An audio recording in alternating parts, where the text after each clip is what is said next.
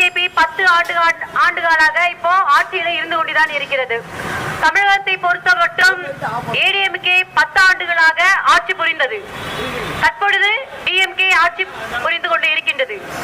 ஆனாலும் நம்மளுடைய இந்தியாவோ தமிழ்நாடு எந்த அளவுக்கு முன்னேறி இருக்கிறது என்று கொஞ்சம் சிந்தித்து பாருங்கள். அடிப்படை தேவைகளான அத்தியாவசிய தேவைகள் கூட விலைவாசி உயர்வோடு காணப்படுகிறது. நம்மள தேர்தல் நம்மளுடைய அரசியல்வாதிக மற்ற நாள்லாம் பார்க்கவே முடியாது. தேர்தல் வந்துட்டா போதும், மாநாடு, பேரணி, கூட்டணி அத்தனையும் நம்ம ஊர்ல பார்க்கலாம். எவ்வளவு செலவு பண்றாங்க ஒரு தேர்தலுக்கு. ஒரு எம்பியா இருக்கிறவங்க எவ்வளவு செலவு பண்ணி ஊருக்கு போறாங்க, சென்னை போறாங்க, அங்க வராங்க, எவ்வளவு செலவு ஆகுது, 5 வருஷத்துக்கு ஆகும் தொகை எவ்வளவு. எனவே நம்மளுடைய அடிப்படை தேவைகள் கூட செய்து கொடுக்க தெரியாத இந்த அரசியல்வாதிகள் நம்மளுக்கு தேவையாங்கிறத நம்ம பார்க்கணும். அம்மா புரட்சி தலைவி நம்மளுடைய ஜெயலலிதா அம்மா இருந்தப்போ வாரிசு அரசை ஒழிச்சாங்க.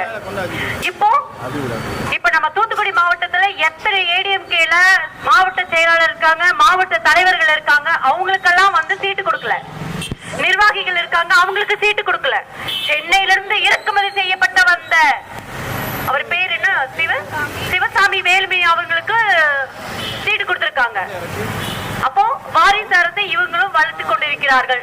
ஏடிஎம்கேவும் டிஎம்கேவும் அதவே செஞ்சுக்கிட்டு இருக்காங்க. மக்களுக்காக என்ன பண்ணிட்டாங்க?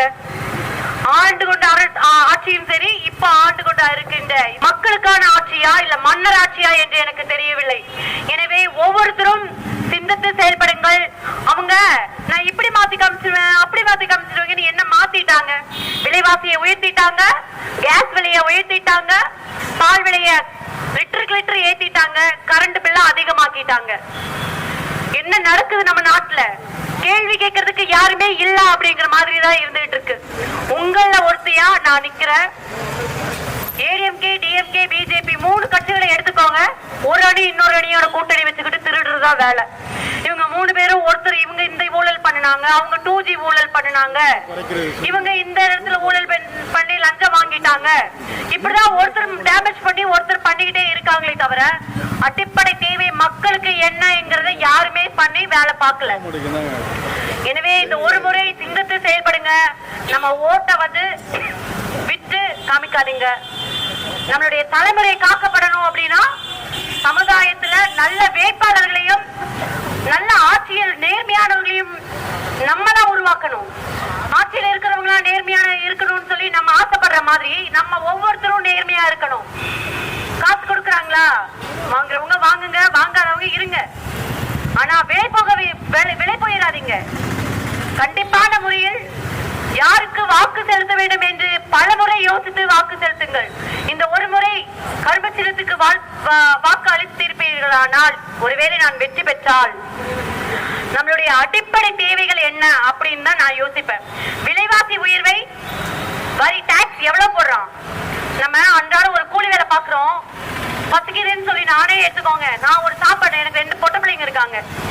ஒரு அர்ஜென்ட், நான் வெளியில போயிட்டு எனக்கு அதிகமா பசிக்குதுன்னு சொல்லி நான் ஒரு ஹோட்டலுக்கு போனா அந்த சாப்பாடு விட ஒரு 100 ரூபாய். அதுக்கு டாக்ஸ் பாத்தீங்கன்னா அதை பார்த்தாலே எனக்கு பயம் வந்துருது. ஐயோ, இதை வச்சா நம்ம வீட்டுக்கு யாராச்சும் ஒரு பாலாவது வாங்கிட்டு போறோம் சிந்தனை ஏற்பட்டு ஒரு டீயோடு நம்ம நிறுத்திட்டு நம்ம வீட்டுக்கு போறோம். அந்த நிலைமையில் நம்ம அரசியல்வாதிகள் நம்மளை கையேந்தி நிலைக்கு ஆக்கிவிட்டார்கள். எனவே ஒவ்வொருத்தரும் சிந்திங்க, செயல்படுங்க. நேர்மையான வாக்காளர்களாக நாம் முதலில் இருந்து நல்ல ஒரு வேட்பாளரை தேர்ந்தெடுப்போம். நான் எந்த ஒரு அரசியல் கூட்டத்தையும் நான் கூட்டணி இல்ல, மக்களோடு மக்களாக தன்னிச்சையாக இருந்து ஒரு பெண்ணாக இருந்து நான் சுயேட்சை வேட்பாளராக நிற்கிறேன். என்னுடைய சின்னம் அப்படிங்கறத சொல்றதை விட நம்மளுடைய சின்னம் கரும்பு விவசாய சின்னம், வரிசை எண் 10 ஆர் அருணாதேவி என்கிற கரும்பு விவசாய சின்னத்துக்கு ஓட்டு போடுங்க, வெற்றி பெற செய்யுங்க. நன்றி, வணக்கம்.